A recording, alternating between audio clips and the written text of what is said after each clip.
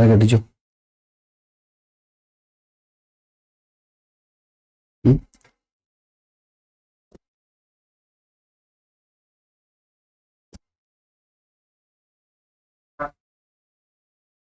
Hello नमस्कार साथियों, स्वागत है आपका हरियाणा बीएसटीसी ऑनलाइन बैच पे। आज से अपन शुरू करने जा रहे हैं हरियाणा बीएसटीसी के लिए स्पेशल क्लासेज, जिसमें आपको जितने भी आपके सब्जेक्ट है वो सभी यही इसी प्लेटफॉर्म पे कवर करवाए जाएंगे। तो बने रहिए हमारे साथ में हरियाणा बीएसटीसी ऑनलाइन बैच के साथ में।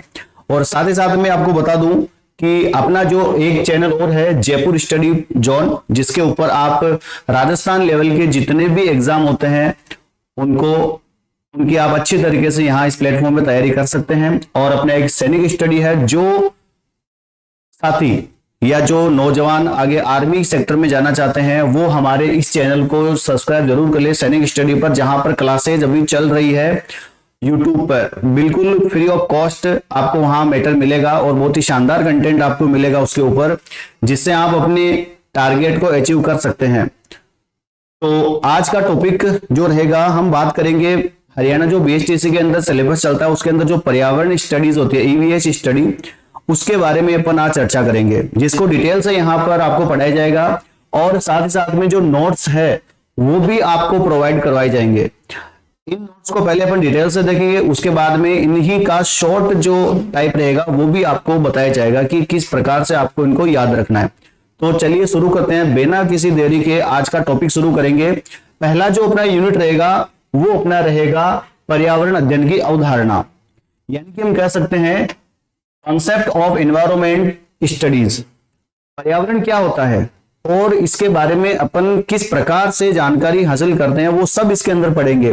तो सबसे पहले आप ये देखो, अपने आसपास देखिए, आपको क्या दिखाई देगा। आपको वैसे तो जितने भी वस्तुएं हैं वो सब दिखाई देगी, है ना। और उसके अलावा जब आप ऊपर देखेंगे आसमान की तरफ तो वहां पे भी आपको एक आवरण दिखाई देगा। तो पर्यावरण क्या होता है? पर्यावरण दो शब्दों से मिलकर बना है, परि और आवरण। परि का मतलब क्या होता है? देखो, परि का मतलब क्या होता है? परि का मतलब होता है अपने चारों तरफ। परि का मतलब होता है चारों ओर।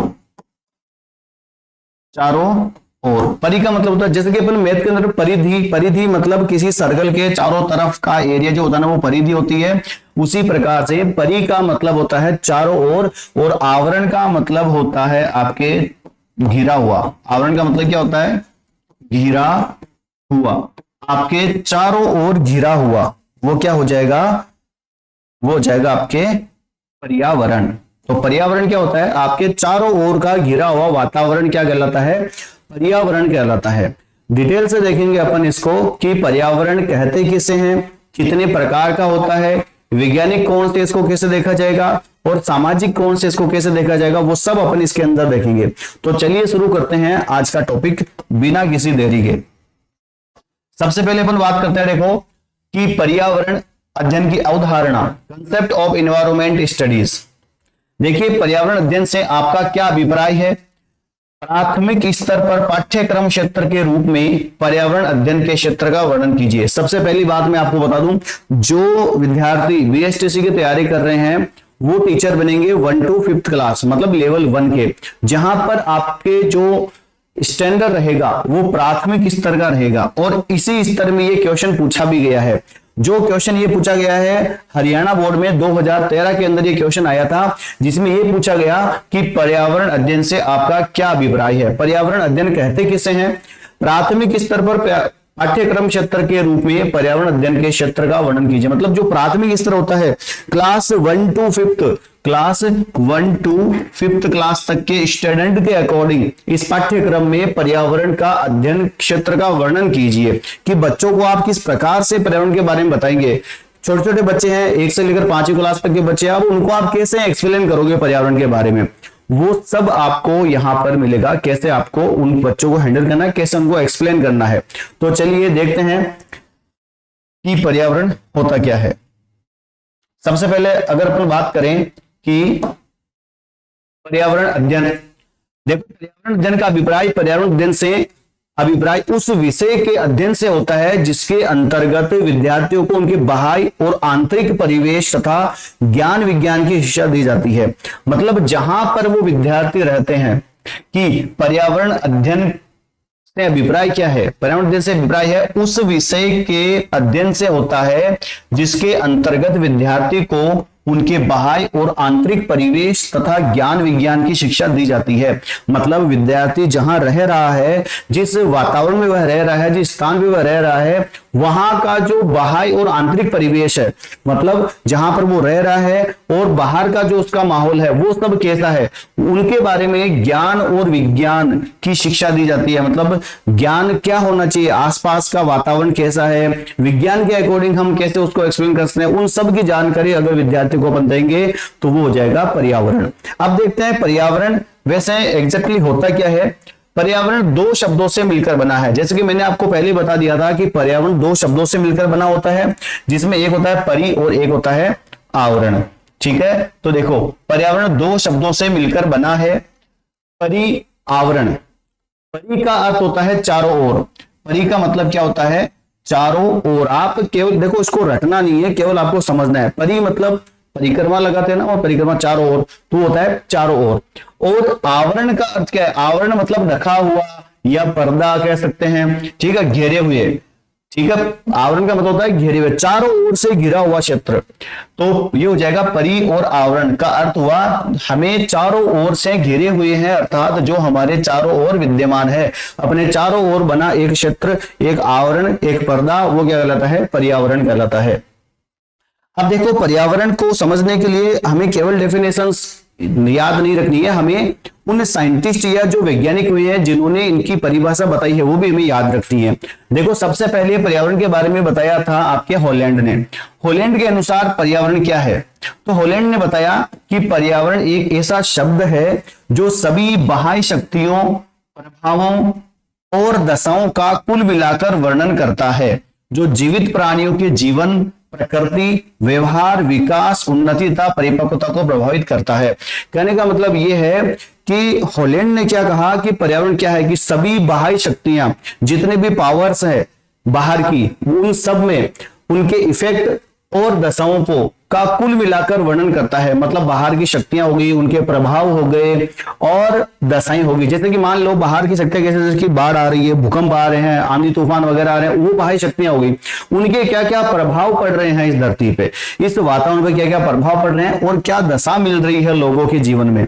ठीक है, उनका अध्ययन करना, जो जीवित प्राणियों के जीवन, प्रकृति, व्यवहार, विकास, उन्नति तो परिपक्वता को प्रभावित करता है। मतलब कि जिसकी जो बाह्य शक्तियां, जैसे कि मैंने अभी आपको बताया कि मान लो भूकंप आ रहा है या तूफान आ रहा है, तेज बारिश है, आंधी है, उनसे क्या प्रभाव पड़े और उन प्रभावों से व्यक्ति के जीवन पर क्या प्रभाव पड़ा, प्रकृति में क्या नुकसान हुआ, क्या फायदा हुआ और व्यवहार कैसा रहा व्यक्तियों का, वो सब परिवर्तन होने के बाद विकास उनमें क्या हो रहा है, उन्नति और परिपक्वता, उन सब के बारे में अध्ययन ही क्या है, पर्यावरण है। ये बात किसने कही है, हॉलैंड ने कही है। ठीक है, आप इसको शॉर्ट ट्रिक में ऐसे याद है, हॉलैंड मतलब लैंड, लैंड यानी जमीन। अब जमीन पे क्या होता है, प्रभाव पड़ते हैं, जीवन रहता है, प्रकृति भी होती है, वहां पर व्यक्ति व्यवहार करता है, विकास भी करता है, उन्नति भी करता है और परिपक्व भी होता है। ठीक है, ये बात किसने कही, हॉलैंड ने कही है। अब बढ़ते हैं आगे। अगली जो परिभाषा है वो आपके है वुडवर्थ। वुडवर्थ ने क्या कहा, देखो वुडवर्थ ने कहा पर्यावरण वह सब कुछ है, पर्यावरण वह सब कुछ है जो व्यक्ति के पितृयक, देखो ये लिखा पितृयक के सिवा बाकी सभी को प्रभावित करता है। पितृयक के सिवा बाकी सभी को प्रभावित करता है। इसमें वे सभी बाह्य कारक सम्मिलित होते हैं जिन्होंने जब से जीवन आरंभ हुआ है मनुष्य को प्रभावित किया है। कहने का मतलब यह है कि इसमें क्या होता है कि जो व्यक्ति पितृयक के सिवा बाकी सभी को प्रभावित करता है, जो व्यक्ति के पितृयक, जहां से व्यक्ति बना है वहां से उनको परिवर्तन किया, उसके अलावा जो भी है इनमें से वे सभी बाह्य कारक सम्मिलित होते हैं। बाहर मतलब जैसे कि व्यक्ति के आंतरिक जो जेनेटिक्स होते हैं ना, वो तो बदल नहीं सकता पर्यावरण, लेकिन जो बाह्य आवरण जो होता है ना, जैसे कि तेज धूप के अकॉर्डिंग व्यक्ति का व्यवहार बदल जाता है, उसकी बॉडी स्ट्रक्चर उसी के अकॉर्डिंग ढल जाती है, वो सब कारक सम्मिलित होते हैं जिन्होंने जब से जीवन आरंभ हुआ है मनुष्य को प्रभावित किया है। जैसे कि बच्चे को मान लो आप कहीं विदेश चले गए और वहां पर ठंड ज्यादा है और बच्चा अगर वहां पैदा हो रहा है तो उसका जो जेनेटिक्स सिम्टम्स है वो तो वही रहेंगे, लेकिन उसकी बॉडी स्ट्रक्चर है, उसका रहना खाना, वो सब उसके अकॉर्डिंग होगा, वो प्रभावित करेगा उसके जीवन को। ठीक है। और कोई बच्चा राजस्थान में पैदा हो रहा तो उसको गर्मी सहन हो चाहिए आराम से, खाने में भी वो कुछ भी खा सकता है। बाहर के जो लोग हैं उनका व्यवहार थोड़ा अलग होगा, वो सब प्रभावित होता है वातावरण के अकॉर्डिंग। अब बात करते हैं पर्यावरण के प्रकार। पर्यावरण आमतौर पर 2 प्रकार का होता है, ये यहां से इंपॉर्टेंट है। देखो इसके मैं स्टार लगा रहा हूं। पर्यावरण के प्रकार अगर पूछ ले जाए, डायरेक्ट क्वेश्चन आ सकता है कि पर्यावरण के कितने प्रकार होते हैं, तो आप कहोगे 2 प्रकार होते हैं।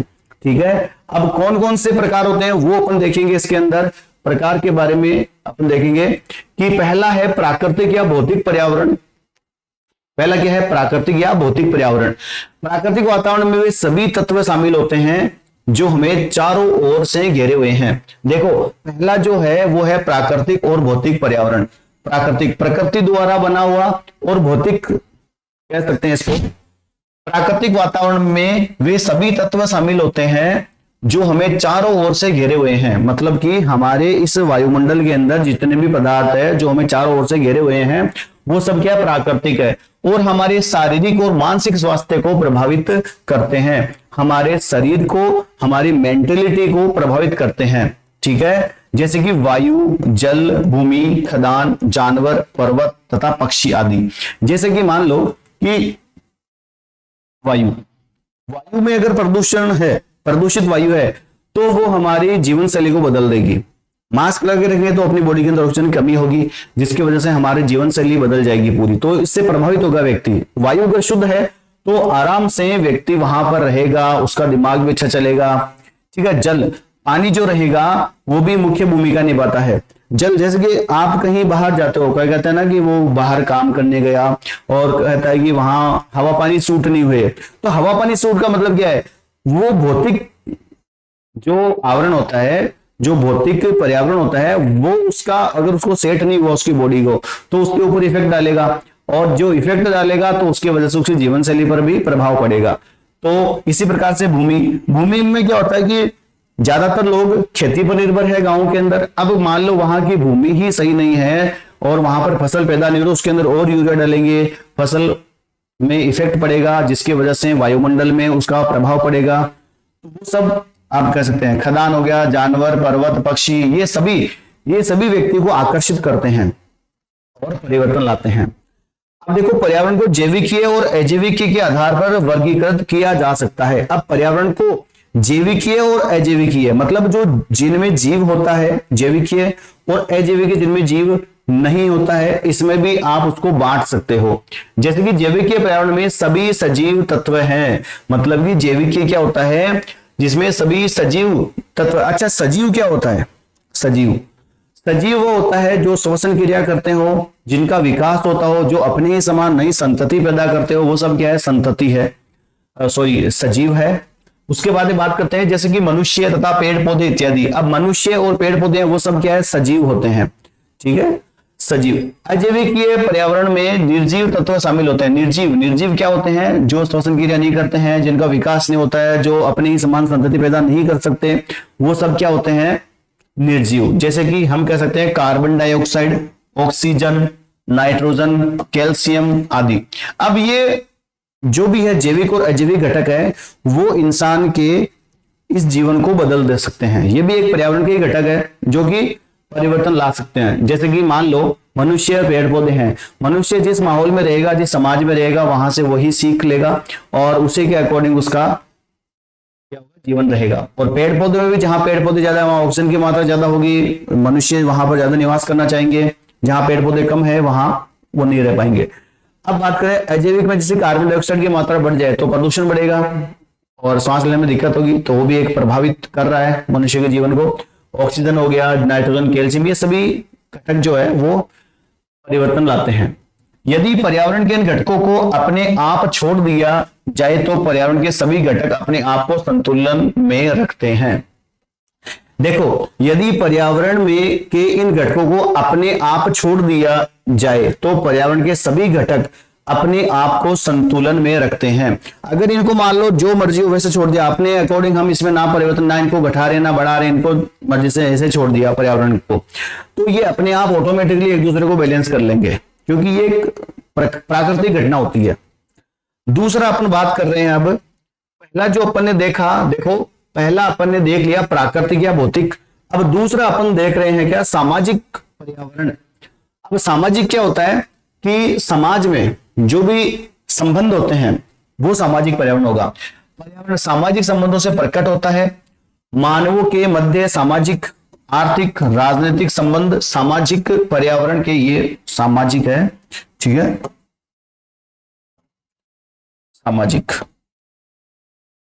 सामाजिक पर्यावरण के अंतर्गत आते हैं परिवार में पति पत्नी, पिता पुत्र संबंध, सास बहू संबंध आदि विभिन्न संबंध सामाजिक पर्यावरण के अंग है। मतलब समाज में जो रिश्ते हैं, नाते हैं, संबंध है, वो सब किसमें आते हैं, सामाजिक पर्यावरण में आते हैं।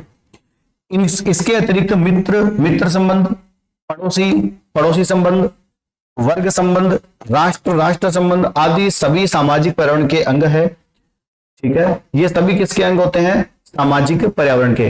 पर्यावरण से संबंधित अध्ययन को कक्षा से लेकर, देखो यहां पर कक्षा 1 होगा, कक्षा 1 से लेकर कक्षा 1, यहां से आएगा कक्षा 1, कक्षा 1 से लेकर 5वीं तक राष्ट्रीय शैक्षिक अनुसंधान और प्रशिक्षण परिषद एनसीईआरटी, ये यहां पर एनसीईआरटी की फुल फॉर्म दी गई है, राष्ट्रीय शैक्षिक अनुसंधान और प्रशिक्षण परिषद एनसीईआरटी, नई दिल्ली ने निम्नलिखित 2 भागों में विभाजित किया है। किसको, यहां पर सामाजिक पर्यावरण को फिर से 2 भागों में विभाजित कर दिया गया है। अब वो देखते हैं कौन सा है, क्योंकि 1 से लेकर 5वीं तक के बच्चे को हमें ये सिखाना होता है कि समाज में कौन कौन से लोग होते हैं, मतलब जो रिश्ते होते हैं उनको किस प्रकार से हैंडल किया जाता है, बच्चों को वो शिक्षा दी जाती है, वो है सामाजिक पर्यावरण। अब ये भी कितने प्रकार के बता दिए, 2 प्रकार के। पहला है प्रकृति से संबंधित पक्ष, मतलब प्रकृति से रिलेटेड जो भी संबंध होते हैं उनके बारे में बताना, और दूसरा है मानव से संबंधित पक्ष। एक होता है प्रकृति संबंधित पक्ष और एक होता है मानव से संबंधित पक्ष। राष्ट्रीय शैक्षिक अनुसंधान और शिक्षण परिषद एनसीईआरटी क्या कहती है, द्वारा किया गया पर्यावरण अध्ययन के विषय से संबंधित वर्गीकरण। देखो सबसे पहले है पर्यावरण अध्ययन, जिसको बोलते हैं सामाजिक अध्ययन, मतलब समाज में कैसे संबंध रखने चाहिए, किस प्रकार से समाज में हमें मिलकर रहना चाहिए, वो बच्चों को कैसे सिखाया जाता है। और दूसरा होता है पर्यावरण अध्ययन 2, जो है विज्ञान, साइंस से रिलेटेड। तो बात करते हैं, देखो राष्ट्रीय शैक्षिक अनुसंधान प्रशिक्षण एनसीईआरटी जो होता है ना, वो क्या कहता है, प्रशिक्षण परिषद का मानना है कि कक्षा 1 अर्थात पहली तथा कक्षा 2 अर्थात दूसरी में, मतलब पहली कक्षा और दूसरी कक्षा में बच्चों का परिचय सामाजिक अध्ययन विषय से संबंधित पर्यावरण के बारे में एकीकृत या समग्र रूप से कराया जाना चाहिए। मतलब पहली क्लास का जो बच्चा है और दूसरी क्लास का जो बच्चा है, उनका जो परिचय है वो सामाजिक स्तर के अकॉर्डिंग दिया जाता है कि मेरा नाम ये है, मैं इस गांव से हूं, मेरा ये छोटा सा गांव है, जो भी है वो सब इसके अंदर बताया जाना चाहिए। और परिषद का यह भी मानना है कि कक्षा 3 से लेकर 5 में पर्यावरण को 2 भागों में विभाजित किया गया है, जिनका वर्णन निम्नलिखित है। अब देखो पहले क्या है कि बच्चों को पहली और दूसरी कक्षा के बच्चों को केवल सामाजिक अध्ययन विषय के अकॉर्डिंग बताया जाता है, लेकिन कक्षा 3 से लेकर 5 तक फिर से इनको 2 भागों में डिवाइड कर दिया गया। फिर से इनको कितने भागों में डिवाइड कर दिया गया, 2 भागों में। अब वो कौन कौन से, देखो पहला है पर्यावरण अध्ययन भाग 1। इसमें क्या है, पर्यावरण अध्ययन से संबंधित इस भाग की विषय सामग्री के मुख्य स्रोत नागरिक शास्त्र, इतिहास, भूगोल तथा समाज शास्त्र से संबंधित विषय है। देखिए कहने का मतलब यह है कि पहली और दूसरी कक्षा में जब बच्चे को सामाजिक अध्ययन सिखाया जाता है, उसमें केवल घर परिवार से रिलेटेड ही बातें बताई जाती है कि ये आपके पिताजी है, ये माताजी है, ये दादाजी है, दादी जी, वो जो घर से रिलेटेड है, गांव से रिलेटेड है। लेकिन जब बच्चा तीसरी क्लास में आ जाता है, तीसरी लेकर 5वीं क्लास तक, फिर से उनको डिवाइड किया जाता है। पहला जो था वो था पर्यावरण अध्ययन भाग 1। इसमें क्या सिखाया जाता है, इसमें मुख्य स्रोत होते हैं नागरिक शास्त्र, इतिहास, भूगोल और समाज शास्त्र से संबंधित विषय हैं। मतलब कि बच्चे को नागरिक शास्त्र का पता होना चाहिए, इतिहास का, भूगोल का, समाज शास्त्र का। दूसरा क्या है, दूसरा भाग है पर्यावरण अध्ययन से संबंधित। इस भाग के विषय में सामग्री के मुख्य स्रोत प्राकृतिक विज्ञान से संबंधित विषय है, मतलब कि जो प्रकृति में विज्ञान है, प्राकृतिक विज्ञान है, उनसे संबंधित विषय होता है। अब बात करते हैं पहले के बारे में। देखो कि प्राथमिक स्तर पर सामाजिक अध्ययन के पाठ्यक्रम का क्षेत्र, प्राथमिक स्तर पर सामाजिक अध्ययन के पाठ्यक्रम के क्षेत्र के अंतर्गत निम्नलिखित प्रकार की पाठ्य सामग्री को सम्मिलित किया जाता है।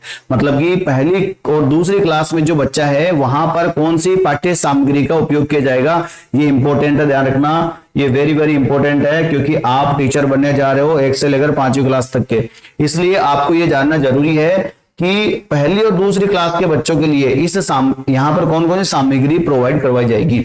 आधारभूत आवश्यकताओं से संबंधित, आधारभूत जो बच्चे को नीड होती है सामग्री, मानव जीवन की कुछ आधारभूत आवश्यकताएं होती है जिनकी पूर्ति मनुष्य सामाजिक तथा भौतिक साधनों का प्रयोग करके करता है। अतः सामाजिक अध्ययन के पाठ्यक्रम में आधारभूत आवश्यकताओं से संबंधित सामग्री जैसे कि भोजन हो गया, वस्त्र, मकान, मनोरंजन का महत्व, शिक्षा, परिवहन, श्रम तथा प्रकाश आदि आधारभूत आवश्यकताओं को सम्मिलित किया जाना चाहिए। यानी कि जो आपके आधारभूत आवश्यकताएं हैं, आधारभूत मतलब जिनकी हमें नीड है जीवन जीने में, जिनकी आवश्यकता है, जैसे कि भोजन नहीं है तो क्या जिंदे रह पाओगे, क्या नहीं। अगर आप समाज में रह रहे हो तो वस्त्र भी तो पहन के जाओगे, उसके बाद ये रहने के लिए मकान चाहिए, और मनोरंजन का महत्व काफी है, जैसे कि बच्चों के लिए खेल कूद होना, है ना, वो बहुत सारी मनोरंजन की जो इकाइयां होती है उन सब के बारे में।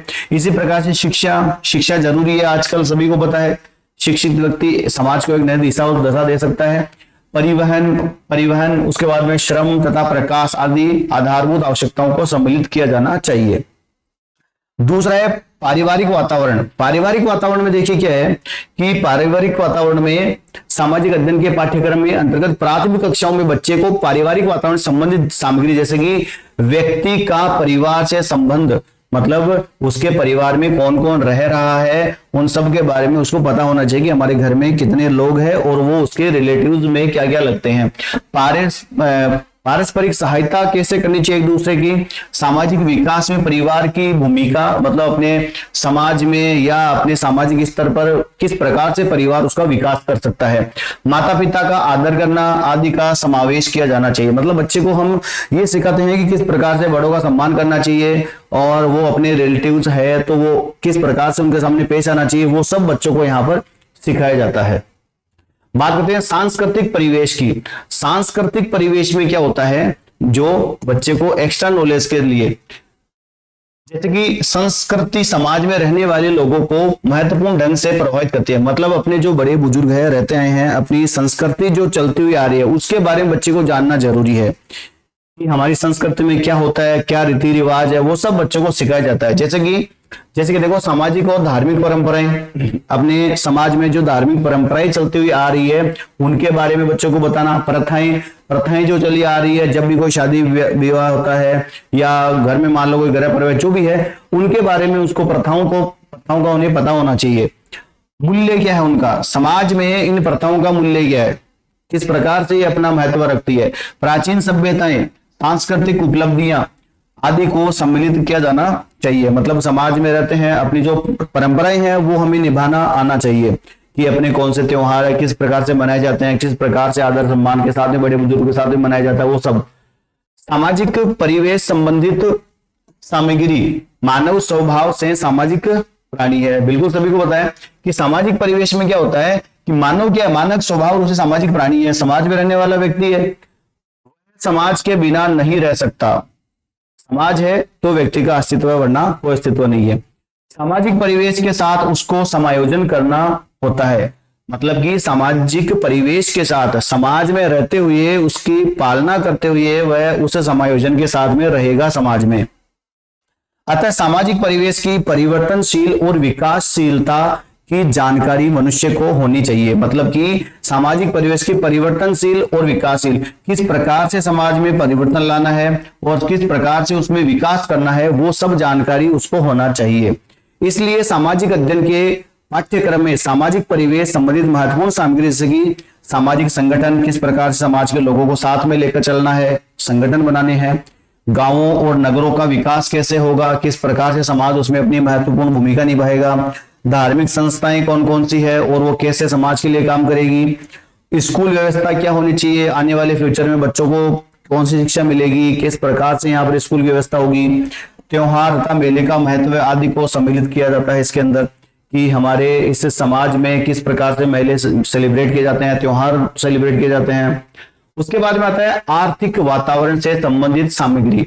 आर्थिक में क्या होगा, जैसे कि व्यक्ति जीवन जीने के लिए उसको सबसे इंपॉर्टेंट क्या है, आर्थिक स्थिति मजबूत होना। आर्थिक जिसकी स्थिति मजबूत है वो व्यक्ति, उसका समाज भी विकास करेगा और उसका परिवार भी विकास करेगा।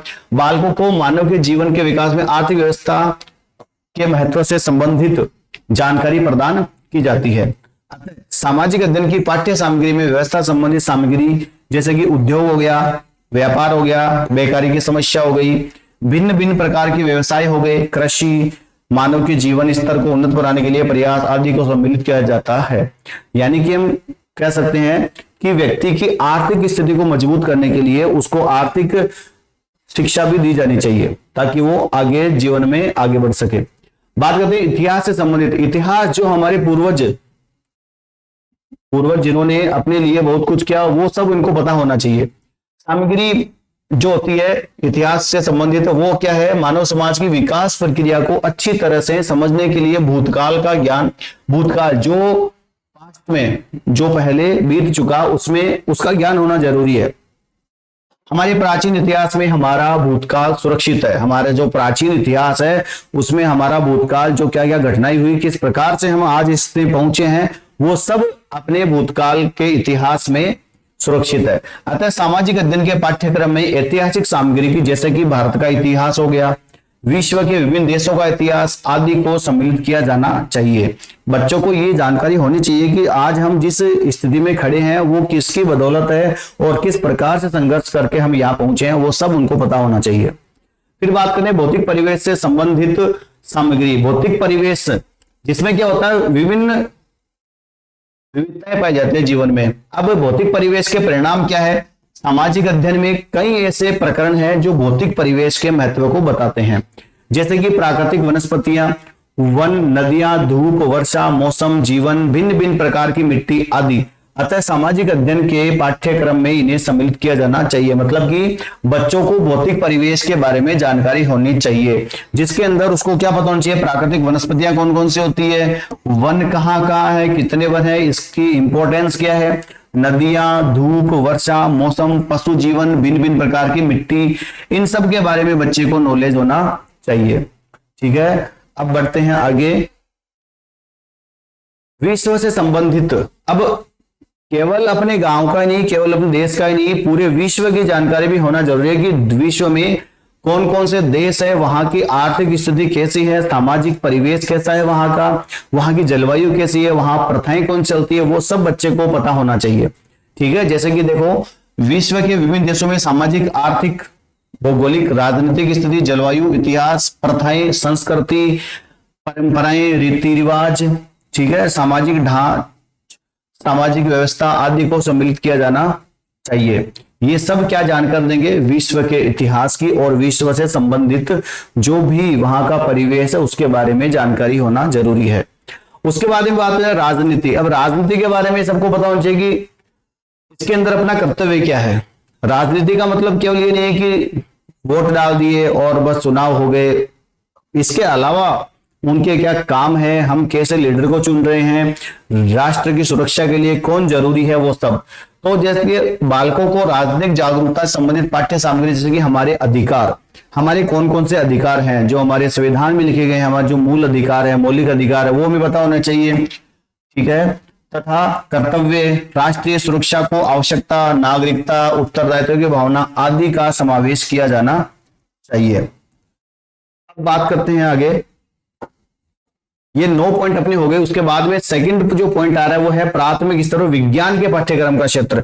साइंस क्या कहता है इसके बारे में, ये तो अपन अभी सामाजिक स्तर पर देख रहे थे, अब देखेंगे विज्ञान के अकॉर्डिंग। विज्ञान क्या कहता है, विज्ञान का क्षेत्र क्या कहता है कि क्षेत्र प्राथमिक स्तर पर विज्ञान के पाठ्यक्रम के क्षेत्र के अंतर्गत निम्नलिखित प्रकार की पाठ्य सामग्री को सम्मिलित किया जाना चाहिए। ठीक है, पहला है हमारा घर तथा पड़ोस।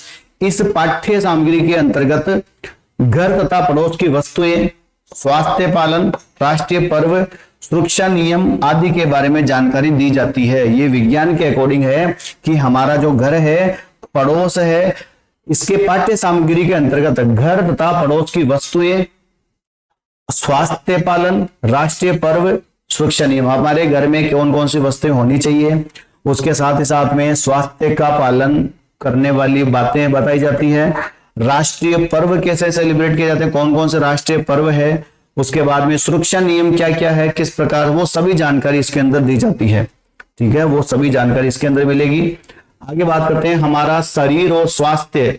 हमारा शरीर और स्वास्थ्य इस पाठ्य सामग्री के अंतर्गत शरीर की बनावट, मांसपेशियों के कार्य, त्वचा के कार्य, हड्डियों के बारे में जानकारी, शरीर को स्वस्थ रखने के संबंधी जानकारी, व्यायाम तथा आसन संबंधी जानकारी, भोजन हमारा। अब देखो विज्ञान में क्या है कि हमारे बॉडी से रिलेटेड, जैसे कि शरीर की बनावट के बारे में जानकारी देना बच्चे को, इसके बाद मांसपेशियों के कार्य क्या होते हैं, किस प्रकार से अपनी मांसपेशियां काम करती है, वो सब बताना, त्वचा के कार्य क्या होते हैं, हड्डियों के बारे में जानकारी, शरीर को स्वस्थ रखने की संबंधी जानकारी, व्यायाम आसन संबंधी जानकारी, भोजन और हमारा स्वास्थ्य, इन सब के बारे में जो अच्छी आदतें होती है भोजन करने की, वो सब बच्चे को बताई जानी चाहिए।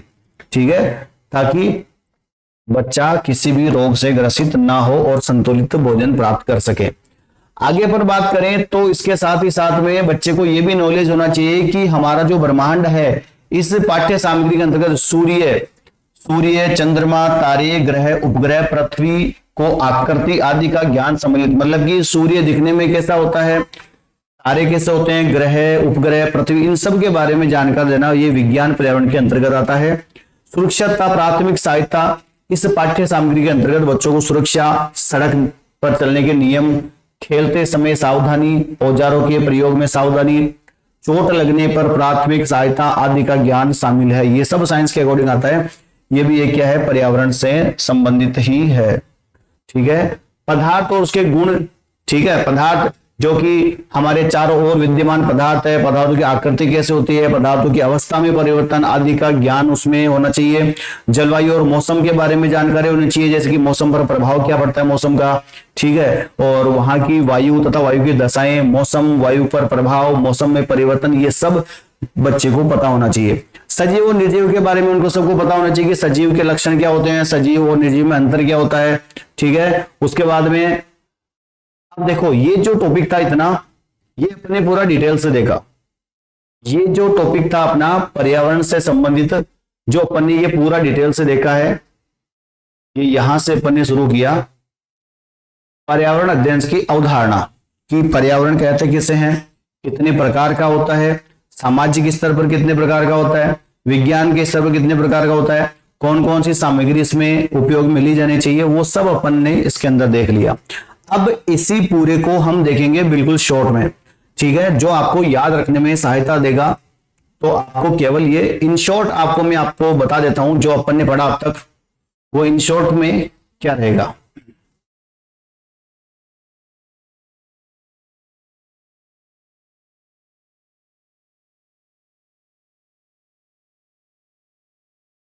देखो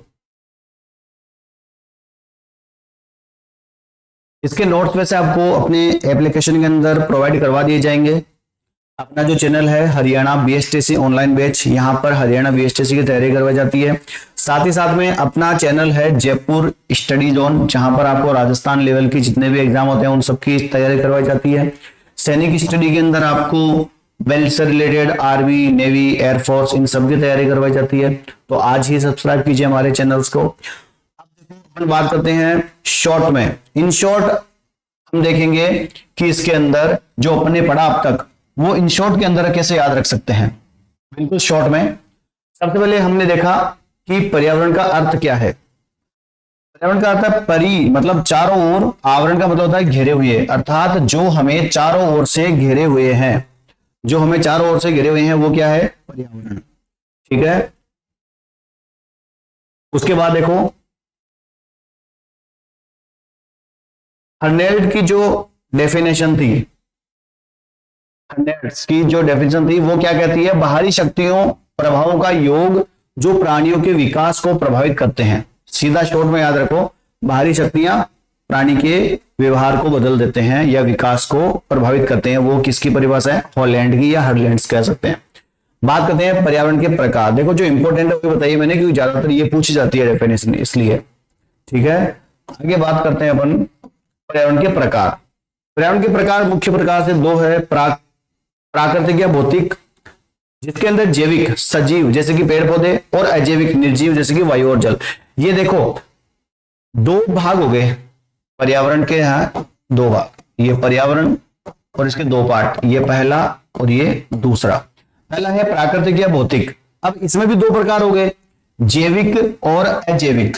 जैविक में क्या आ जाएगा? पेड़ पौधे पशु पक्षी, और अजैविक में निर्जीव वायु जल एक्सेट्रा। उसके बाद में दूसरा प्रकार होता है सामाजिक, जिसमें क्या होता है? मानवीय संबंध जैसे कि परिवार, मित्र और समाज। मानव से रिलेटेड जो भी संबंध होते हैं वो हो गए इसके अंदर सारे, जैसे कि परिवार हो गया, मित्र हो गए और समाज हो गया, वो सब इसके अंदर आता है।